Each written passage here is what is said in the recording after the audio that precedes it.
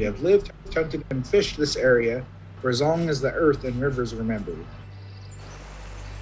The Bear Creek watershed, it's small geographically speaking, but it's a significant ecological system. When I was a kid, when you paddle up the creek, it was like a field of native wetland. This is one of the most important restoration projects in terms of river, water, and salmon habitat ever here. This ribbon of green infrastructure, I think of it as an essential part of our community.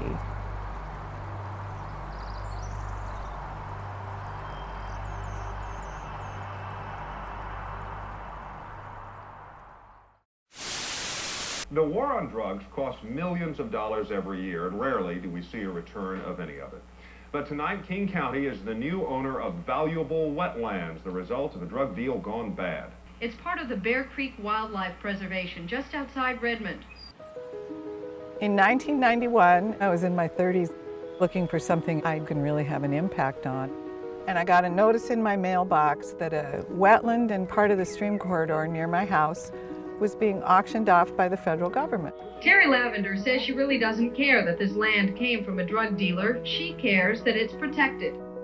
It was really important to me to keep it in public ownership. And so we worked and we got the sale stopped, and eventually the federal marshal donated it to King County. It's now a 20-acre protected wetland area.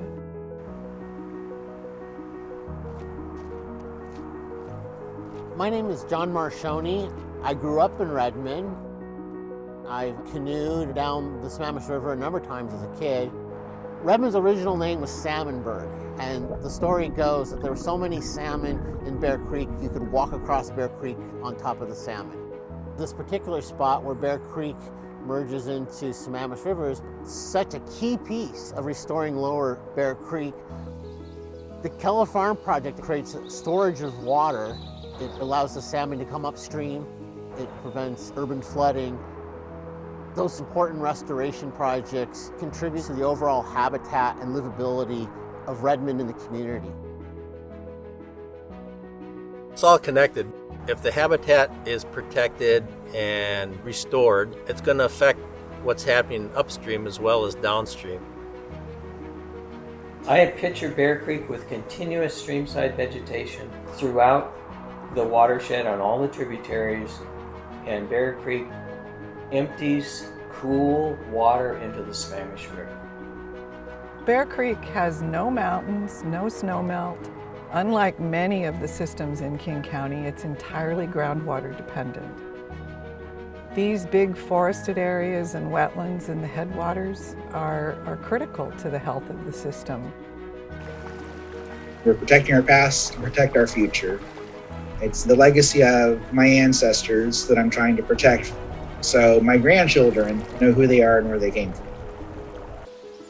The thing is, if we really care about our creeks and our fish and our orcas and our quality of life and our children and our grandchildren, then we will be much more careful in the way that we build and how destructive we are.